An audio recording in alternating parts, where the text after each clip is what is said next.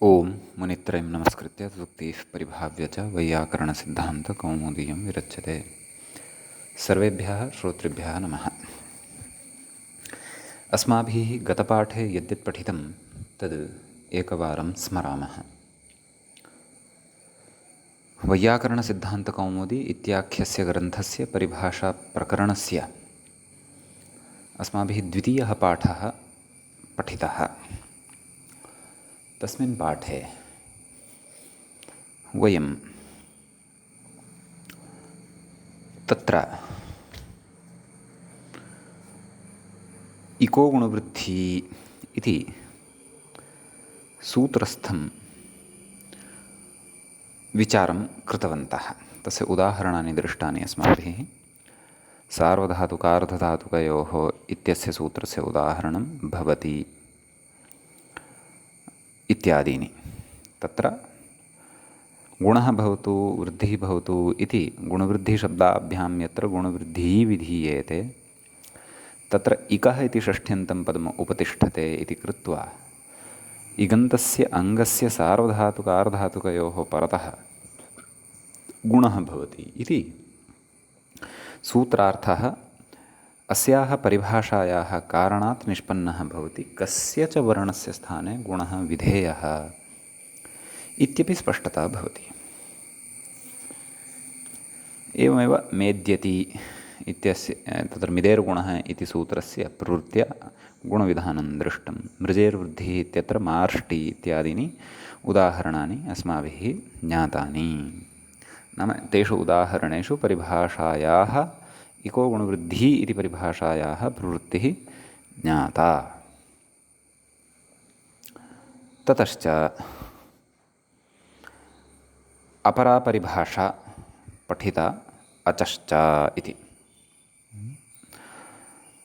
ततः पूर्वम् अस्माभिः अयमपि विशिष्टः नियमः पठितः, नाम अनुवादे परिभाषाणाम् उपस्थितिः न भवति। यत्र विधानं किमपि क्रियमाणं भवति, यथा मिदेर्गुणः मृजेर्वृद्धिः, तत्र गुणस्य वृद्धेः च विधानं यत्र क्रियमाणं वर्तते तत्रैव परिभाषा उपतिष्ठते। वृद्धिर्यस्याजामादिस्तद्वृद्धम् इत्यादौ तत्र वृद्धिः कस्यचित् वर्णविशेषस्य निर्देशार्थं तत्र प्रयुक्तं पदं किञ्चन वृद्धिः इति। तत्तु सा तु अनुवादावस्था, अतः तत्र परिभाषा नोपतिष्ठते इत्यपि अनुवादे परिभाषाणाम् अनुपस्थितिः इति कश्चन नियमः विशिष्टः अस्माभिः पठितः श्रुतः। कदाचित् अग्रे निश्चयेन तस्य नियमस्य अपेक्षा भविष्यति। तत्र अस्माभिः अयं विषयः तर्हि स्मृतः भविष्यति। पौर्वापर्यसम्बन्धद्वारा च विषयः दृढतां यातः भविष्यति। अस्तु, ततः परम् अचश्च इति परिभाषायाः आरम्भः कृतः। तत्र ह्रस्वदीर्घप्लुतशब्दैः यत्र अचकार्यं विधीयते तत्र अचः इति षष्ठ्यन्तं पदम् उपतिष्ठते इति सूत्रार्थः अस्माभिः दृष्टः। कथं तत्र सूत्रार्थः प्रवृत्तः इति सर्वोऽपि विचारः अस्माभिः कृतः। अचश्च इति अस्याः परिभाषायाः तत्र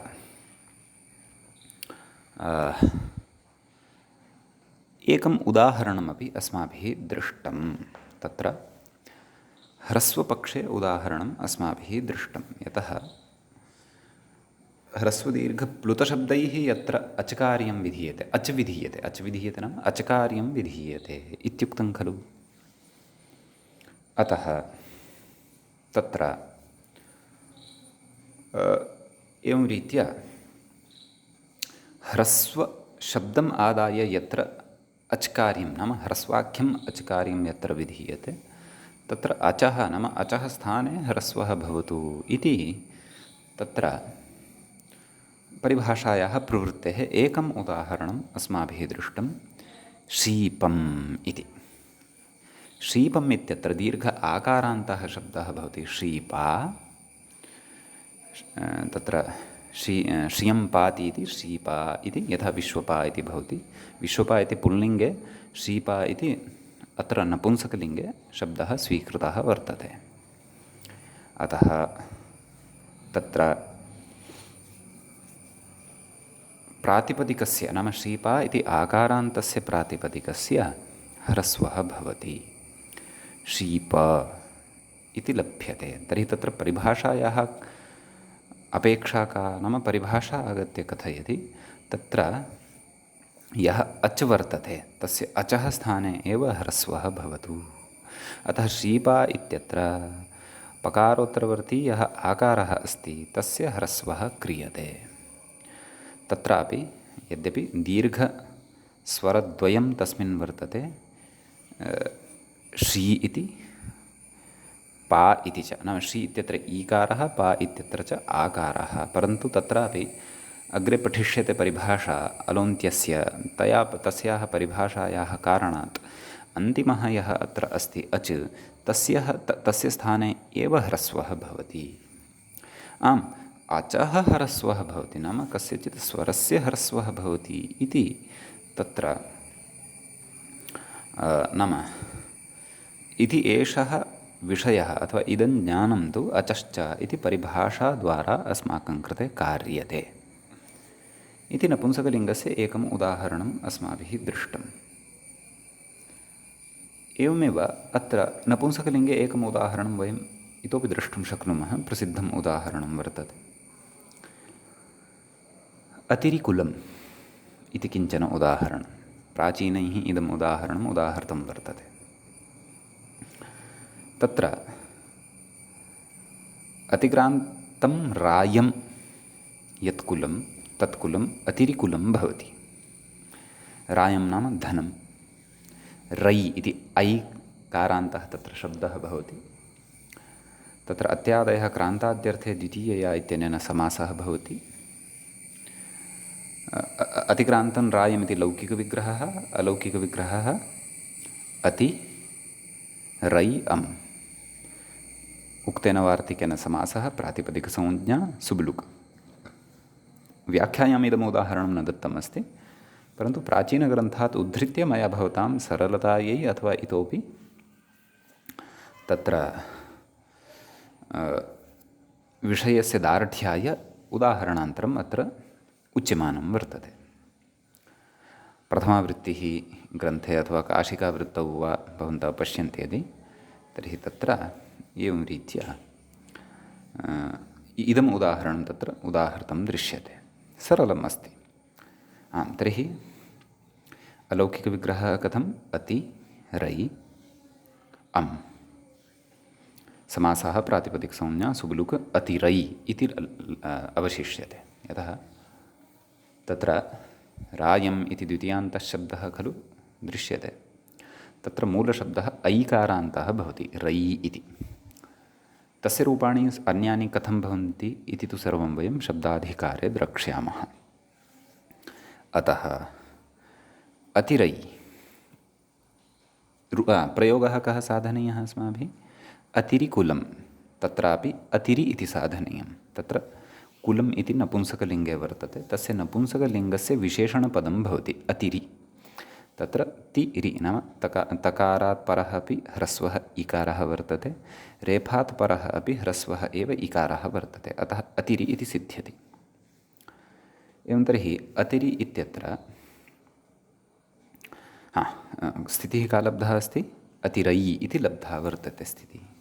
तत्रापि ह्रस्वो नपुंसके प्रातिपदिकस्य नाम इदं प्रातिपदिकं यद् अस्माकं सविधे लब्धं वर्तते तत् प्रातिपदिकम् अपि नपुंसकलिङ्गे एव भवति। कुतः? यतः तस्य विशेष्यपदं यद् भवति तद् विशेष्यपदं कुलम् इति नपुंसकलिङ्गे अस्ति इत्यतः।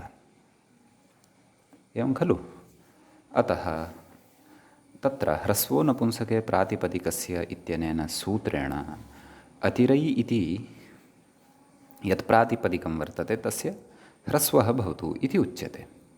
परन्तु अतिरै इत्यस्मिन् कस्य ह्रस्वः भवतु इति तु नोच्यते। तत्र बहवः स्वराः अपि सन्ति, व्यञ्जनानि अपि सन्ति। द्वे व्यञ्जने स्तः त र, स्वरास्तु त्रयः वर्तन्ते अ त र इति। परन्तु एतेषु कस्यचित् व्यञ्जनस्य स्थाने ह्रस्वः भवतु वा अथवा कस्यचित् स्वरस्य स्थाने ह्रस्वः भवतु वा स्वराः सन्ति तेषु अपि कस्य स्थाने ह्रस्वः भवतु इति तत्र भवति विचारः। तत्र अचश्च आगत्य कथयति ह्रस्वः भवतु इति येन सूत्रेण उच्यते। अत्र ह्रस्वः भवतु इति केन सूत्रेण उच्यते? ह्रस्वो नपुंसके प्रातिपदिकस्य इत्यनेन सूत्रेण उच्यते।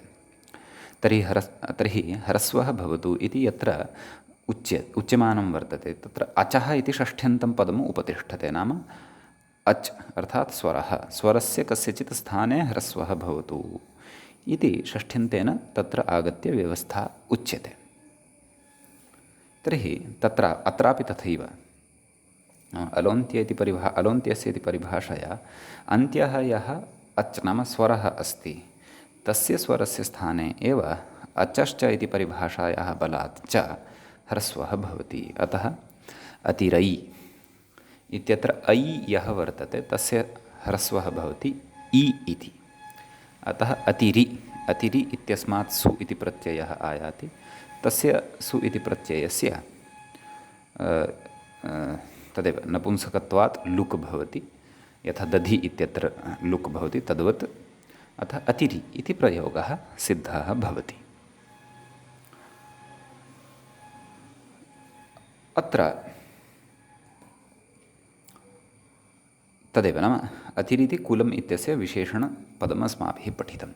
अत्र भवताम् एषा कदाचित् जिज्ञासा स्यात्, भोः ऐ इत्यस्य तु ह्रस्वः भेदः एव न भवति, ऐ इत्यस्य स्थाने इ इति ह्रस्वः कथं क्रियते इति चेत् सत्यम्। एचां ह्रस्वाः न भवन्ति, अतः तेषां 12 एव भेदाः भवन्ति इति अस्माभिः पूर्वं पठितं। परन्तु अत्र ऐकारस्य अ इति ह्रस्वादेशः विशेषविधिसामर्थ्यात् भवति। अग्रे एकं सूत्रं वयं पठिष्यामः अग्रिमेषु प्रकरणेषु। एच इह्रस्वादेशे तेन सूत्रेण एचां ये ह्रस्वाः भवन्ति ते इकः भवन्ति। अतः एकारस्य ह्रस्वः ऐकारस्य वा ह्रस्वः इ इति भवति।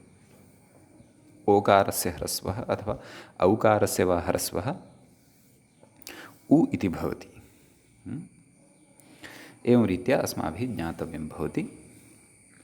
तत् अग्रे वयं पठिष्यामः। अस्तु, एवञ्च अचश्च इति परिभाषायै मया नपुंसकलिङ्गस्थं द्वितीयम् उदाहरणं भवतां सारल्याय अतिरिकुलम् इति प्रदत्तम्। ततः इदानीं दीर्घस्य उदाहरणमपि अत्र व्याख्यायां नास्ति, परन्तु वयं द्रक्ष्यामः। उदाहरणमस्ति एकं, चीयते इति। वाक्यमेकं वदामि, भवतां बोधः स्यात्। अर्चकेन पूजार्थं पुष्पाणि चीयन्ते। अर्चकः यः अस्ति सः पूजार्थं नाम पूजायाः कृते पुष्पाणां चयनं करोति इत्यर्थः। तत्र एकवचने चीयते इत्यपि भवितुम् अर्हति। कर्मणि प्रयोगः एषः चीयते। तत्र चीयचयने इति धातुः स्वीक्रियते। ची इति धातोः तत्र त आदौ लट्लकारः भवति। कर्मणि लट्लकारः, तस्य स्थाने त इति प्रत्ययः भवति। ची त। तदनन्तरं सार्वधातुके यक् इत्यनेन सार्वधातुके परतः तत्र कर्मणि ची धातोः यक् इति प्रत्ययः भवति। ची या ता। ची या ता इत्यवस्थायां वयं तृतीयाध्यायस्थमेकं सूत्रमग्रे पठिष्यामः। अकृत् सार्वधातुकयोर्दीर्घः इति।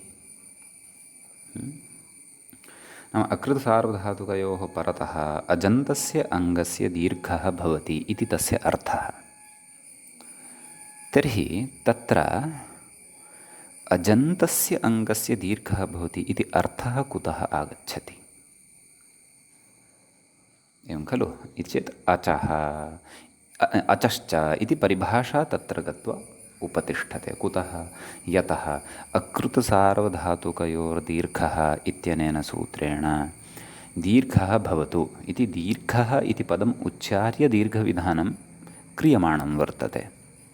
अतः कस्य स्थाने दीर्घः भवतु इति एतदर्थं तत्र अचश्च इति परिभाषा स्वयमेव आगत्य उपस्थिता भवति आटोमेटिकलि यद्वदामः, नाम स्वाभाव्येनैव आगत्य तत्र उपस्थिता भवति एषा परिभाषा। अतः अचश्च इति परिभाषा तत्र आगत्य कथयति दीर्घः कर्तव्यः खलु, अतः अचः स्थाने एव दीर्घः कर्तव्यः। अतः चि इत्यस्मिन् धातौ यः इ इति वर्णः वर्तते तस्य इ इति वर्णस्य स्थाने दीर्घः भवति। अतः चीयते चीयते इति उदाहरणं लब्धं भवति। समीचीनम्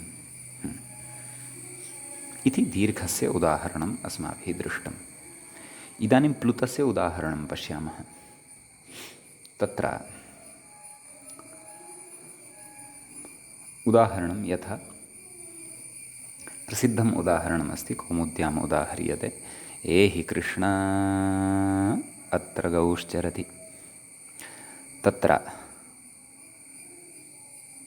कृष्ण इत्यत्र प्लुतः उच्यते, नाम प्लुतः भवतु इति सूत्रं भवति। दूरात् धूते च, नाम दूरात् हूते च, नाम दूरात् यदा कस्यचित् आह्वानं कर्तव्यं भवति तदा तत्र तस्य प्लुतत्वेन आह्वानं कर्तव्यम्। अधुना तु कालः परिवर्तितः, दूरवाण्याः युगम् आगतं। तत्र वयं कस्यचित् पार्श्वप्रकोष्ठे विद्यमानस्यापि आह्वानाय दूरवाणीमेव कुर्मः। वस्तुतः पूर्वं तत्र दूरात् आह्वानं यदा क्रियते स्म तर्हि निश्चयेन तत्र नाम्नि प्लुतः श्रूयते स्म। राम कृष्ण एवं रीत्या, नाम दीर्घस्वरः, त्रिमात्राकालिकः स्वरः श्रूयते स्म। अतः तादृशस्य दूरात् आह्वानस्यापि अन्वाख्यानम् अस्माकं शब्दशास्त्रे ऋषिणा पाणिनिना कृतं वर्तते।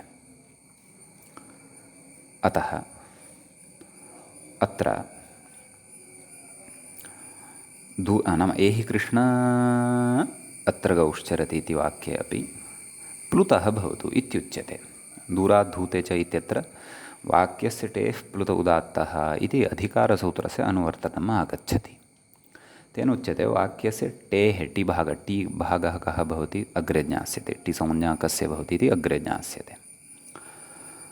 नाम वाक्यस्य यः टी वर्तते तस्य प्लुतः भवतु इति अधिकारसूत्रं, प्लुतविधायकं सूत्रं तु दूरात् धूते च इति। समीचीनं। परन्तु प्लुतः कस्य भवतु इति जिज्ञासायाम् अचश्च आगत्य तत्र तिष्ठति। तत्सूत्रं कथयति यत् अचः स्थाने एव प्लुतः भवतु। अतः वयं एहि कृष्ण इति कृष्ण इत्यस्मिन् प्रातिपदिके यः णकारोत्तरवर्ती अच वर्तते तस्य अचः स्थाने प्लुतं कुर्मः। अतः एहि कृष्ण अत्र गौश्चरति, एवं रीत्या तत्र रूपं सिद्धं भवति। एवञ्च प्लुतस्य इदम् उदाहरणं तत्र अस्माभिः दृष्टं। समीचीनम्। इदानीं वयम् अग्रे व्याख्यायां किमुक्तं तत् पश्यामः। क्रमशः ह्रस्वशब्देन यत्र ह्रस्वकार्यम् उच्यते तस्य उदाहरणं दृष्टम्, उदाहरणद्वयं दृष्टं। दीर्घशब्देन यत्र दीर्घकार्यम् उच्यते तत्र उदाहरणम् अस्माभिः दृष्टं चीयते इति। प्लुतशब्दम् उच्चार्य यत्र सूत्रेण प्लुतकार्यम् उच्यते तत्र अचः स्थाने एव प्लुतः भवतु इत्यपि उदाहरणं प्लुतस्य अस्माभिः एहि कृष्ण अत्र गौश्चरति इति दृष्टम्। इदानीम् अग्रे कथयति।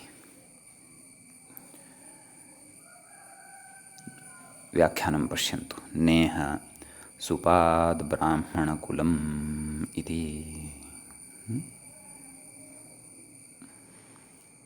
तत्र ह्रस्वस्य यद् उदाहरणं दत्तं खलु, शीपम् इति अथवा अतिरिकुलम् इति, तत्र केन प्रवृत्तिः कृता? ह्रस्वो नपुंसके प्रातिपदिकस्य इत्यनेन प्रवृत्तिः कृता। तत्र च अचश्च इति परिभाषा आगत्य उपस्थिता। नाम नपुंसकलिङ्गे विद्यमानं यत् प्रातिपदिकं तस्य ह्रस्वः भवति इत्युक्तं। समीचीनम्। अग्रे यत् कथयन्नस्ति नेह सुपाद ब्राह्मणकुलम् इत्यस्य कः अभिप्रायः? इत्यस्य अभिप्रायः अस्माभिः वर्तते ज्ञातव्यः।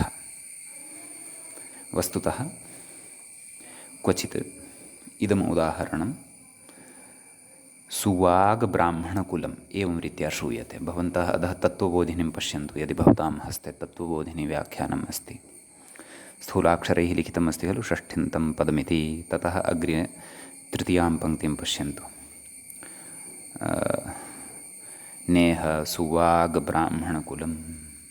अतः एषः सुपाद इति लिखति। सुपाद इत्यपि भवितुम् अर्हति, परन्तु काशिकां यदि पश्यामः तत्रापि सुवाग् इत्येव लभ्यते। सुवाग् इति यदि उदाहरणं स्वीकर्तव्यं तर्हि शोभना वाक् यस्य, एवं खलु,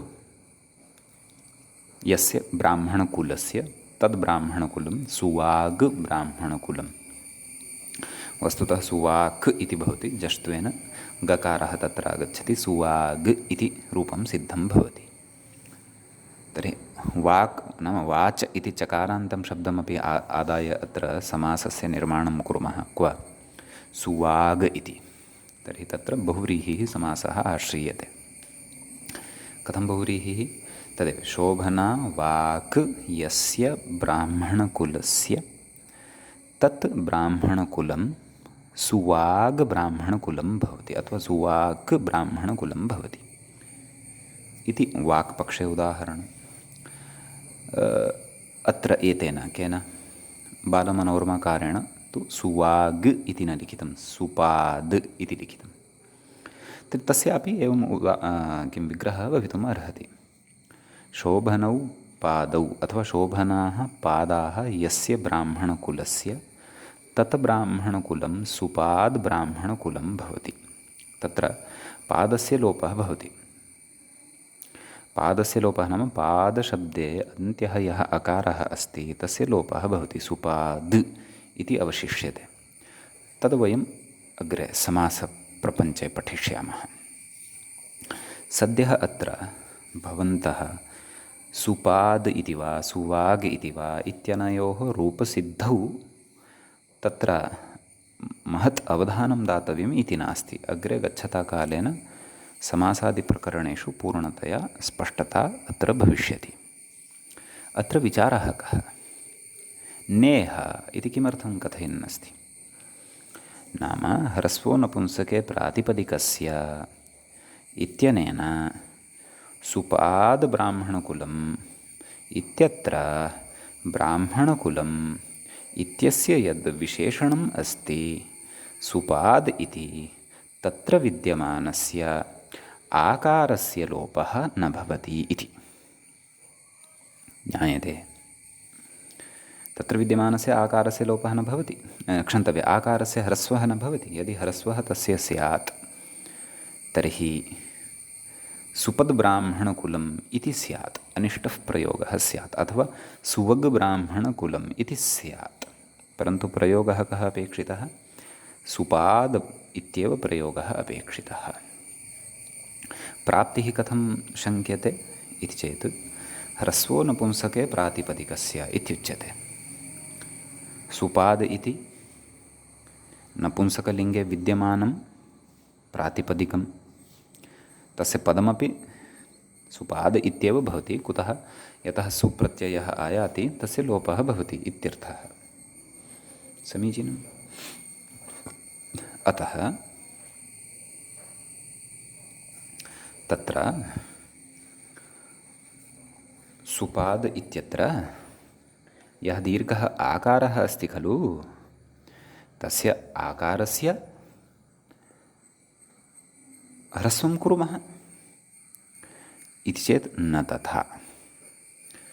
अत्र ह्रस्वो नपुंसके प्रातिपदिकस्य षष्ठी श्रूयते। का श्रूयते? प्रातिपदिकस्य इति षष्ठ्याः श्रवणेन तत्र मया पूर्वम् उक्ता एव परिभाषा स्मारिता भवतां कृते, कदाचित् श्रुता स्यात्, विशेषेण तु अग्रे पठिष्यते। सद्यः सर्वथा अपि तस्याः परिभाषायाः यदि ज्ञानं परिचयः वा अस्माकं नास्ति तर्हि श्रोतव्यम् अत्र तावदेव। प्रातिपदिकस्य इति उक्तं खलु, ह्रस्वो नपुंसके प्रातिपदिकस्य इत्यत्र। तत् प्रातिपदिकस्य इति पदं कस्यां विभक्तौ इति चेत् षष्ठीविभक्तेः एकवचने अस्ति। अतः षष्ठ्यन्त तत्र अलोन्त्यस्य इति किं वदति? षष्ठीनिर्दिष्टस्य अन्त्यस्य अलः एव आदेशः भवतु। तर्हि प्रातिपदिकस्य इति षष्ठ्यन्ततया निर्देशः क्रियमाणः अस्ति। अतः अन्त्यस्य एव ततः अचश्च इति परिभाषा अपि आगत्य तिष्ठति, नाम अचः इति षष्ठ्यन्तमपि आगत्य अत्र तिष्ठति, नाम अचः स्थाने एव भवतु इति। ततः आहत्य कः अर्थः फलति? नाम प्रातिपदिके यः अन्त्यः वर्तते स्वरः अच्, तस्य स्वरस्य अथवा अचः स्थाने ह्रस्वः भवति इति अलोन्त्यस्य इति परिभाषायाः अपि अत्र योगदानम् अस्ति। तथा अर्थे लब्धे वयं पश्यामः सुपाद इत्यत्र अथवा सुवाग् इत्यत्र अन्त्यः अल् तु स्वरः नास्ति। अन्त्यः अल् तु व्यञ्जनम् अस्ति। सुपाद इत्यत्र दकारः अस्ति, सुवाग् इत्यत्र गकारः अस्ति, वा न वा? अन्त्यः अल् तु अत्र व्यञ्जनम् अस्ति, स्वरः तु नास्ति। एवं तर्हि अत्र अन्त्यः वर्णः स्वरः नास्ति इति कृत्वा ह्रस्वः कस्यापि भवितुं नार्हति। आम्, यः तु दीर्घः स्वरः अस्ति सः न अन्त्यः, सः तु मध्ये अस्ति, वा न वा? अस्माभिः यानि उदाहरणानि दृष्टानि, श्रीपा यस्य ह्रस्वः कृतः सः क्व आसीत्? मध्ये आसीत् वा अन्ते आसीत्? इति चेत् अन्ते आसीत्, तस्य ह्रस्वः कृतः। एवमेव अतिरै, तत्र कस्य ह्रस्वः कृतः? ऐ इत्यस्य। मध्ये आसीत् वा अन्ते आसीत्? इति चेत् अन्ते। एवं दीर्घः कृतः, प्लुतः कृतः, कृष्ण इति। तत्र यस्य प्लुतः कृतः सः मध्ये अस्ति वा आरम्भे अस्ति वा अन्ते अस्ति? इति चेत् अन्ते अस्ति। अर्थात् तत्र षष्ठ्याः श्रवणकारणात्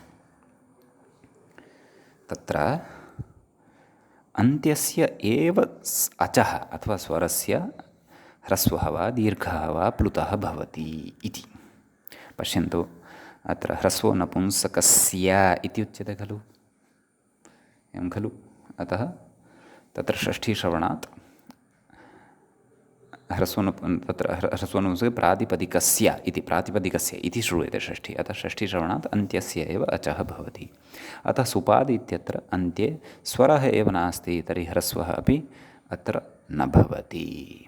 अतः उक्तवान्, एतम् आशयं मनसीकृत्य, नाम अत्र गूढार्थः अस्ति अस्मिन् प्रत्युदाहरणे यदुक्तवान् सः किं नेह सुपादब्राह्मणकुलं। यद्यपि अत्र स्पष्टतार्थम् इतोपि अत्र न्यूनातिन्यूनं त्रिचतुराः पङ्क्तयः इतोपि वक्तव्याः आसन्, नाम कुतः अत्र ह्रस्वः न भवति, कुतः? यतोहि अलोन्त्यस्य इति परिभाषया अत्र सम्बन्धः वर्तते, एवं खलु?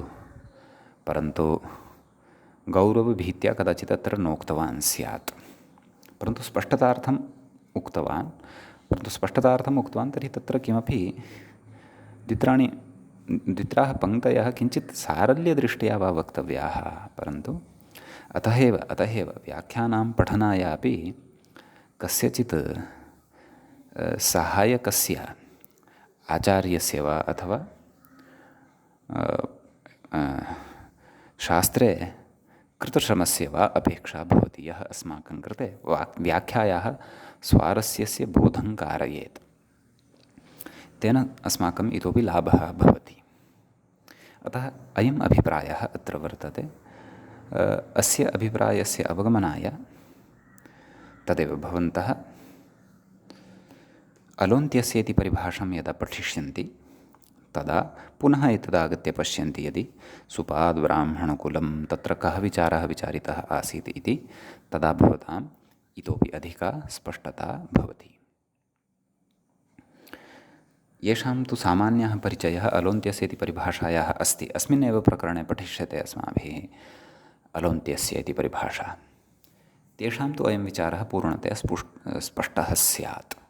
परन्तु यदि या काचित् स्पष्टता तत्र अवशिष्टा अस्ति, न जाता अस्माकं पूर्णतया स्पष्टता इति यदि अस्ति,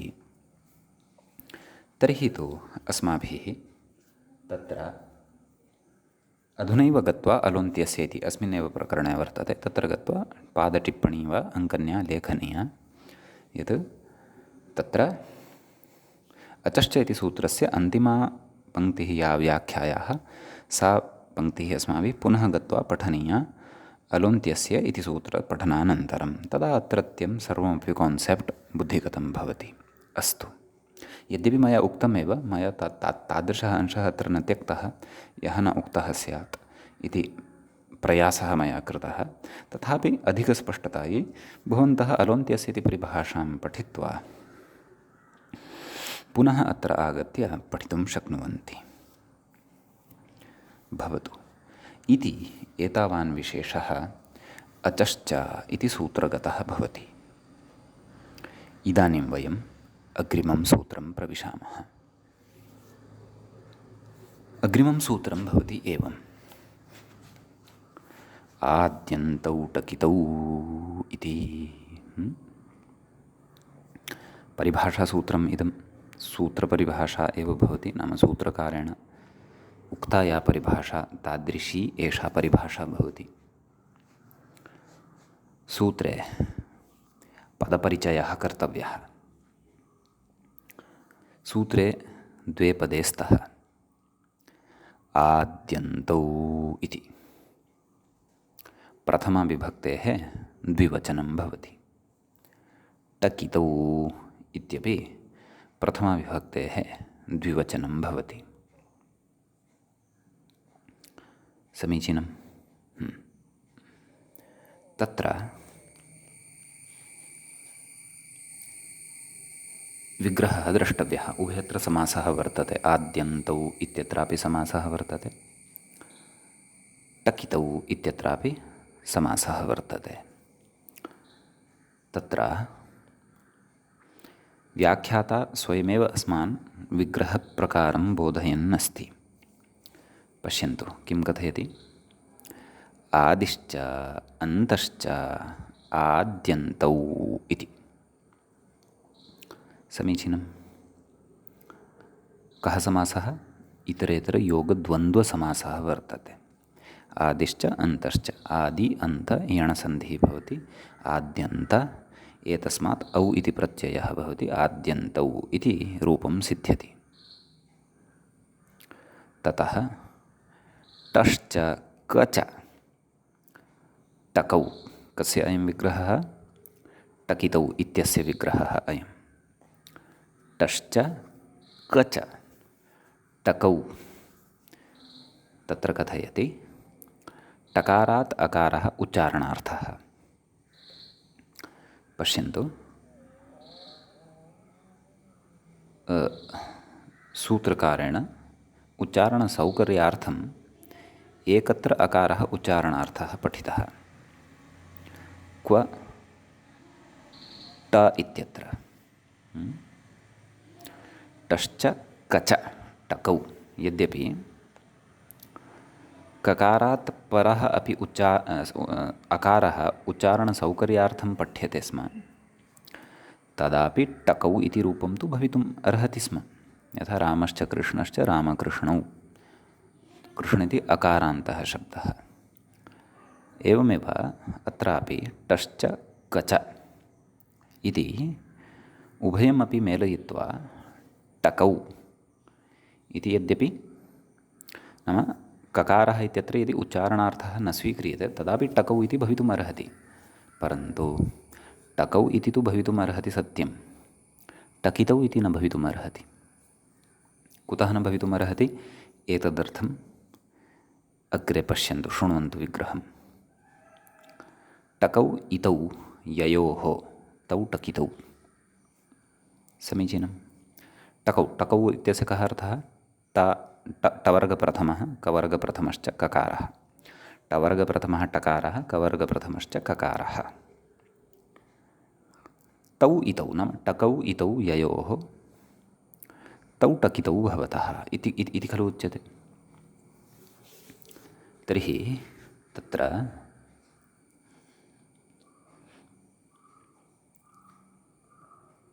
नाम यदि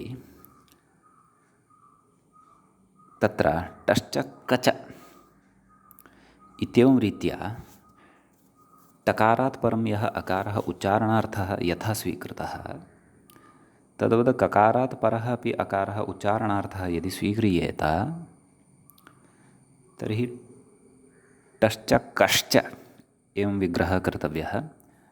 टश्च कच इति विग्रहः न भविष्यति, टश्च कश्च टकौ इति भविष्यति सत्यं, परन्तु समस्तपदं बहुव्रीहि समस्तपदं बहुव्रीहौ यत् समस्तपदम् अस्माभिः साधितं तत् टकितौ इति न भविष्यति, परन्तु किं भविष्यति? टकेतौ। यतः तत्र टकौ इत्यत्र ककारः तत्र क इत्यपि यदि असहितः स्वीक्रियेत नाम ककारात् परः अपि अकारः यदि उच्चारणार्थः पठ्येत तर्हि तत्र टकौ इत्यस्य मूलशब्दः कः भविष्यति? टका इति अकारान्तः भविष्यति। यदि तु तत्र उच्चारणार्थकः ककारात् परः अकारः न स्वीकृतः तर्हि टकौ इत्यस्य मूलशब्दः कः भविष्यति? टक् इति ककारान्तः। अतः ककारान्तस्य शब्दस्य स्वीकारे एव रूपं सिद्ध्यति। किं? टकितौ। नाम अत्र आदौ बहुव्रीहि समासः क्रियते। टश्च कच टकौ क्षन्तव्यः। आदौ इतरेतरयोगद्वन्द्वः क्रियते। टश्च कच टकौ, ततः टकौ इतौ ययोः तौ टकितौ इत्येवं रीत्या उच्यते। तत्र टक् इति ककारान्तशब्दः यदि स्वीकृतः तर्हि एव टकितौ इति सिद्ध्यति। यदि टका इति अकारान्तः शब्दः स्वीक्रियेत तर्हि तु रूपं किं सिद्ध्यति? टकेतौ इति। परन्तु सूत्रकारेण तथा पठितं वा? न खलु।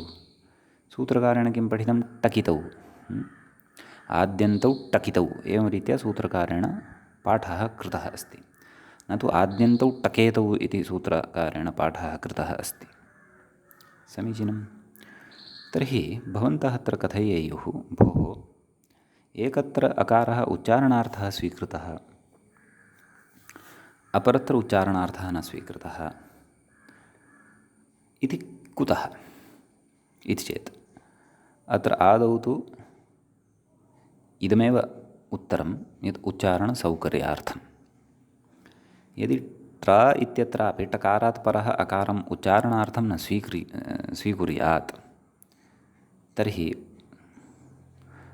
टकितौ इति उच्चारणे क्लेशः स्यात्। कथम् उच्चारणं तर्हि कर्तव्यं स्यात्? क्लेशेन टकितौ टकितौ नाम टक समीपे समीपे व्यञ्जनद्वयस्य उच्चारणं, ततः परम् इकारस्यापि उच्चारणं कर्तव्यं। टकितौ टकितौ इति उच्चारणे क्लेशः स्यात्। अतः स्पष्टतया उच्चारणं भवतु, सरलतया उच्चारणं भवतु इति एतदर्थं सूत्रकारेण तत्र टकितौ इति पठितम्। एकत्र अकारः उच्चारणार्थः स्वीकृतः। टकितौ इति उच्चारणे तु क्लेशः नास्ति। टकितौ इति उच्चारणे क्लेशः नास्ति इति कृत्वा ककारानन्तरम् अकारः तेन उच्चारणार्थः न पठितः, वृथा गौरवं भवति इति कृत्वा एकः अकारः एव उच्चारणार्थः पर्याप्तः इति कृत्वा टकितौ इत्येव पठितवान्, टकेतौ इति न पठितवान्। तर्हि उभयत्रापि अकारः उच्चारणार्थः पठितुं शक्यते स्म खलु? किमर्थम् एकत्रैव उच्चारणार्थः पठितः इति तत्र एकं समाधानं तु उक्तमेव। तत् समाधानं किम् इति चेत् उच्चारणसौकर्यार्थम्, अपि च उभयत्र उच्चारणार्थम् अकारस्य स्वीकारे गौरवं स्यात् इति चेत् भवन्तः तर्हि कथयेयुः, कथञ्चित् उच्चारणार्थमेव खलु, प्रक्रियायां तु तस्य ग्रहणमेव नास्ति। प्रक्रियायां ग्रहणं नास्ति इति कृत्वा ककारानन्तरमपि अकारः गृहीतुं शक्यते खलु उच्चारणार्थम् इति चेत् तत्र इदं समाधानं कर्तव्यम्। अत्र ऋषिः स्वतन्त्रः, स्वतन्त्रस्य मुनेः नियन्तुम् अशक्यत्वात् इति सिद्धान्तः अस्माभिः पूर्वमपि श्रुतः पठितः गतप्रकरणे। अतः अत्र टकारे उच्चारणार्थम् अकारं स्वीकृतवान्, ककारात् परः न स्वीकृतवान् इत्यत्र ऋषिः स्वतन्त्रः इत्येव अत्र अन्ते उक्त्वा समाधीयते। वस्तुतः टकितौ इति पदेन तु व्यञ्जनद्वयमेव क्रमशः ग्राह्यं, ट इति क इति, तयोः ग्रहणाय अत्र टकितौ इति पदं प्रयुक्तं तावदेव। अतः एव उक्तवान्, पश्यन्तु पुनः विग्रहं पश्यन्तु, टश्च कच टकौ, टकारात् अकारः उच्चारणार्थः इत्युक्तं। टकौ इतौ ययोः तौ टकितौ इति उक्तम्।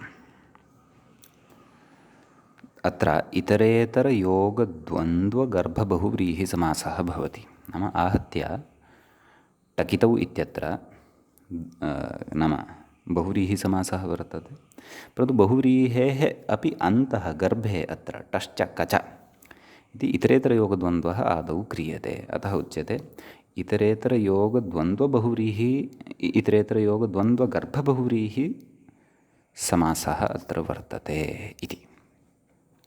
भवतु। अग्रे कथयति, द्वन्द्वान्ते इच्छब्दः प्रत्येकं सम्बध्यते इति। एवं खलु?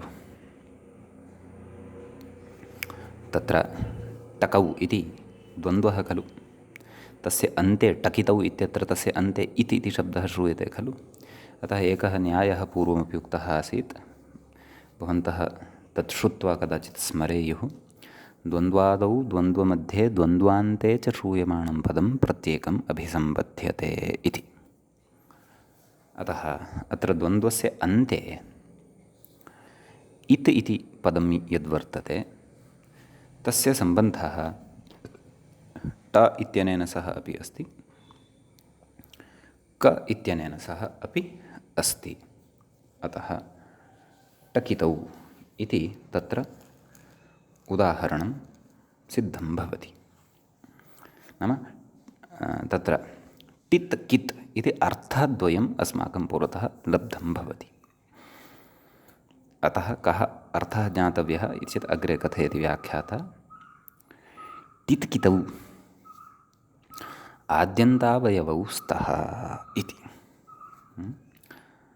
तत्र ट इति यस्य सह टित्, क इति यस्य सह कित्, तौ टित् कितौ क्रमात् आद्यन्तावयवौ स्तः इति एतावत् पर्यन्तम् अस्माभिः आद्यन्तौ टकितौ इति सूत्रस्य श्रवणेन ज्ञातं भवति।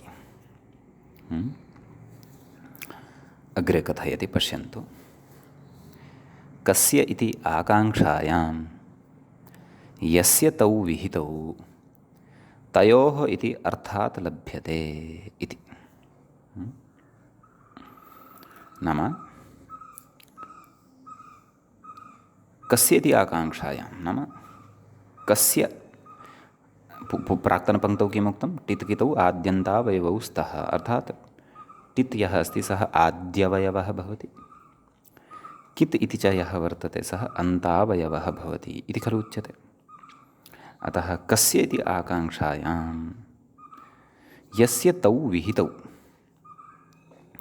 कस्य तौ विहितौ नाम टित्, टित् इति कस्य विहितः, टित् कः, ट इति यस्य सः टित्, कित् कः, क इति यस्य सः कित्। तर्हि कस्य तौ विहितौ इति तु सूत्रैः उच्यते, तत् वयम् उदाहरणेषु द्रक्ष्यामः। अतः यस्य तौ विहितौ तयोः एतौ विधीयेते, कौ टित् कितौ इति। अतः तदाह नाम एतावन्तम् आशयं मनसि संस्थाप्य विग्रहादिकं सर्वं मनसि आकलय्य ततः सूत्रार्थम् आह।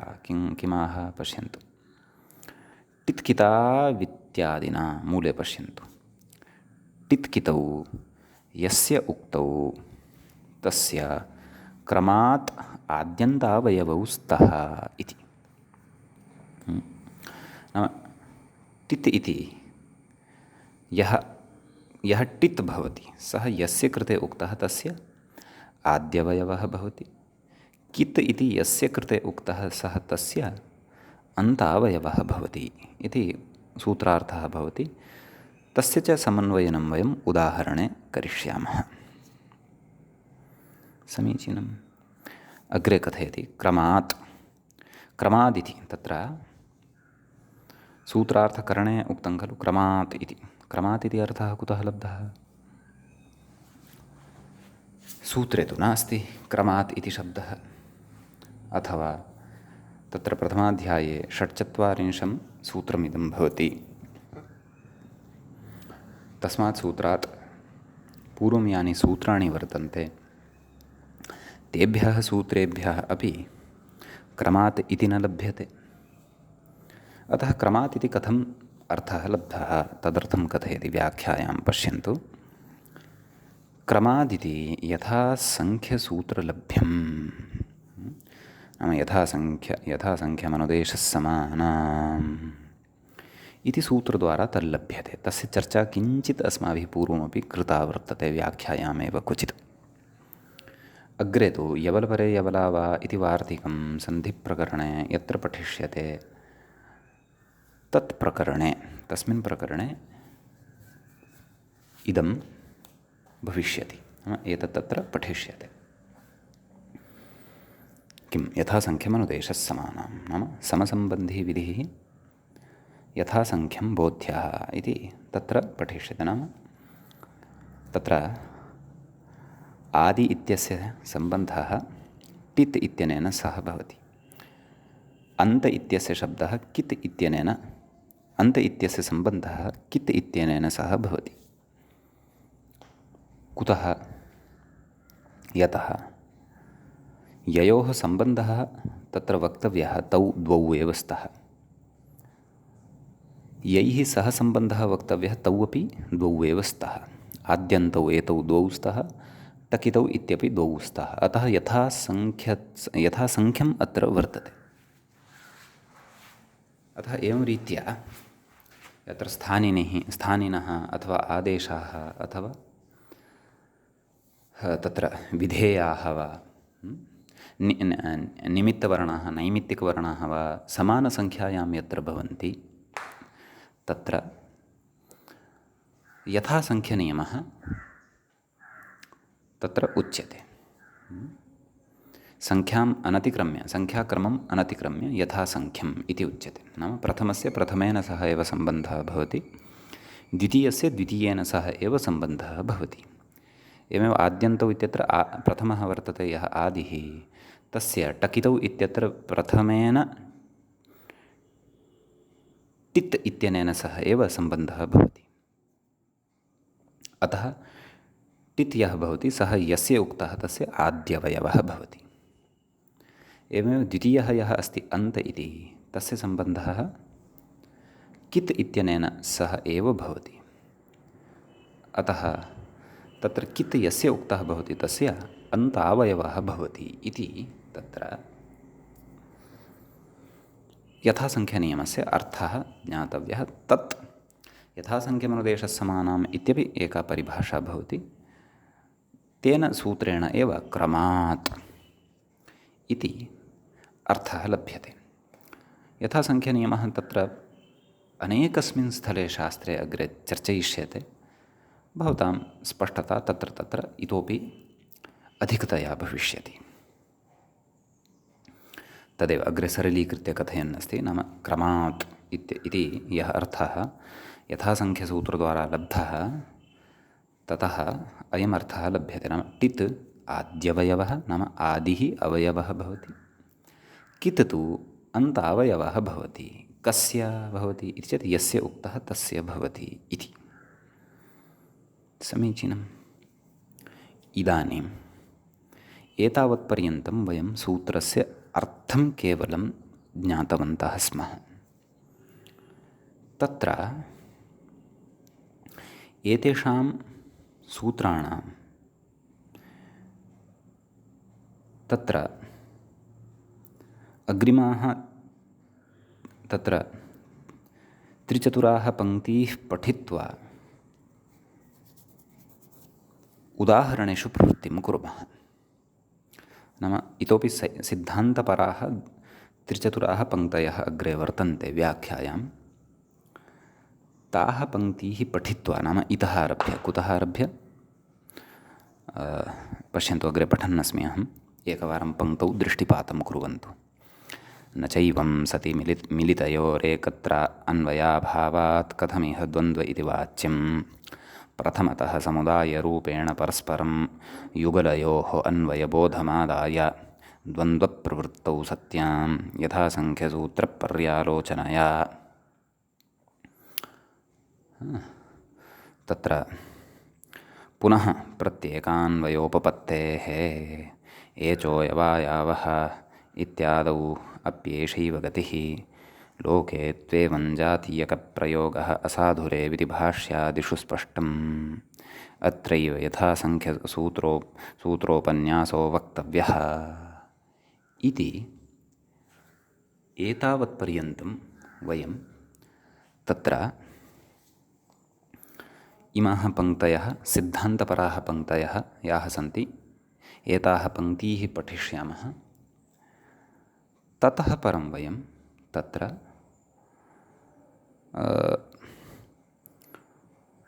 उदाहरणानि द्रक्ष्यामः। उदाहरणानां चर्चा व्याख्यात्रा स्वयमेव करिष्यते, परन्तु भवद्भिः उदाहरणानाम् इतोपि प्रतीक्षा कर्तव्या। अग्रिमाः द्वित्राः पङ्क्तयः श्रोतव्याः। चिन्ता नास्ति, यद्यपि उदाहरणानामपि वयं समन्वयनम् आदौ कर्तुं शक्नुमः, परन्तु सूत्रार्थः भवतां बुद्धौ अस्ति। ततः परं किञ्चित् इदानीम् अग्रे उच्यमानः यः सिद्धान्तः, तं सिद्धान्तं शृण्वन्तु। तस्य सिद्धान्तस्य श्रवणात् परम् अस्माकम् उदाहरणेषु अपि स्पष्टता भविष्यति। उदाहरणानि सरलानि तत्र झटिति अवगतानि भविष्यन्ति। भवतु। किं कथयति पश्यन्तु। न चैवं सति मिलितयोः एकत्र अन्वयः। नाम अत्र यः अग्रे एतया पङ्क्त्या विचारः क्रियमाणः वर्तते, नाम अग्रिमा या पङ्क्तिः वर्तते, तस्यां पङ्क्तौ आद्यन्तौ टकितौ। तत्र आद्यन्तौ इत्यत्र यः समासः उक्तः अस्ति खलु, टकितौ इत्यत्र च, नाम द्वन्द्वसमासः यः उक्तः अस्ति खलु, तस्य समासे काचित् विप्रतिपत्तिः प्रकटिता वर्तते। नाम अत्र समासः न स्यात् इति। समासः कुतः न स्यात्, तत्र काचित् अत्र शङ्का कृता वर्तते। आद्यन्तौ इत्यस्मिन् द्वन्द्वसमासः खलु कृतः अस्माभिः, आदिश्च अन्तश्च आद्यन्तौ इति। तत्रायं समासः न स्यात् इति तत्र काचित् विप्रतिपत्तिः प्रकटिता। तत्र यदि भवत्सु कैश्चित् इतः पूर्वं समासानां सामान्येन पठनं कृतम् अस्ति ते एतं विचारं किञ्चित् अवगन्तुं शक्ष्यन्ति। यद्यपि लघुकौमुदी वा भवत्सु केनचन पठिता वर्तते पूर्वं, तर्हि तत्र निश्चयेन समासप्रकरणे चार्थे द्वन्द्वः इत्यत्र चत्वारः चार्थाः उच्यन्ते। समुच्चयः, अन्वाचयः, इतरेतरयोगः, समाहारश्च। येषां वयं तावत् पूर्णतया विस्तरेण पठनं करिष्यामः समासप्रकरणे सिद्धान्तकौमुद्याः ग्रन्थे। परन्तु इतः परम् अहम् आदौ इदमेव अत्र इदं स्पष्टतया कथयितुम् इच्छामि। नाम यत्र उदाहरणस्य चर्चां कुर्वन्नस्ति अग्रे व्याख्याता, ततः पूर्वम् इमाः त्रिचतुराः याः पङ्क्तयः पठिताः वर्तन्ते, तासां पङ्क्तीनाम् अवगमनं तस्य एव भवितुम् अर्हति येन न्यूनातिन्यूनं लघुकौमुद्यां चार्थे द्वन्द्वः अथवा प्राचीनक्रमे प्रथमावृत्तौ वा चार्थे द्वन्द्वः इति सूत्रं तत्र सम्यक्तया पठितम् अस्ति। नाम तद्ग्रन्थानुसारं सम्यक्तया पठितं येन वर्तते। यदि सः तत्सूत्रं भवद्भिः न पठितं तर्हि चिन्तायाः विषयः एव नास्ति। अत्र इमाः पङ्क्तयः श्रोतव्याः। आसां पङ्क्तीनाम् अत्र श्रुतानां कश्चन संस्कारः चार्थे द्वन्द्वः इति सूत्रपठनवेलायां नूनमेव भविष्यति। तत्र भवतां साहाय्यं किञ्चन लप्स्यते। अपि च एकं कार्यमपि अत्र अवश्यं कुर्वन्तु। चार्थे द्वन्द्वः इत्यत्र इतरेतरयोगद्वन्द्वस्य लक्षणम् एकम् उक्तम्।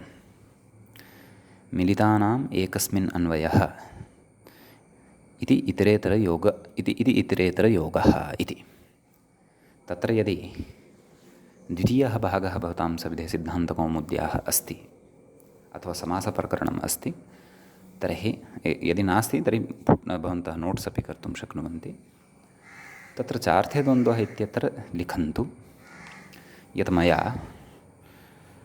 तत्र आद्यन्तौ टकितौ इति सूत्रे आद्यन्तौ इति द्वन्द्वसमासस्थः विचारः चार्थे द्वन्द्वः इति सूत्रं पठित्वा इतोपि पूर्णतया अवगन्तव्यः वर्तते।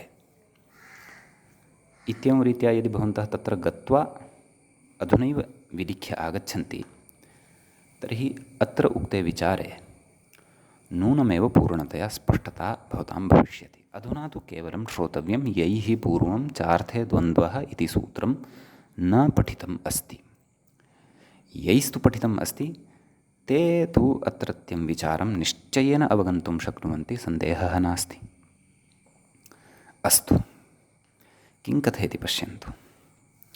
न चैवं सति, नाम आद्यन्तौ इत्यत्र आदिश्च अन्तश्च एवं रीत्या तत्र यः समासः कृतः, समासः अपि द्वन्द्वसमासः कृतः, द्वन्द्वे अपि इतरेतरयोगद्वन्द्वः कृतः।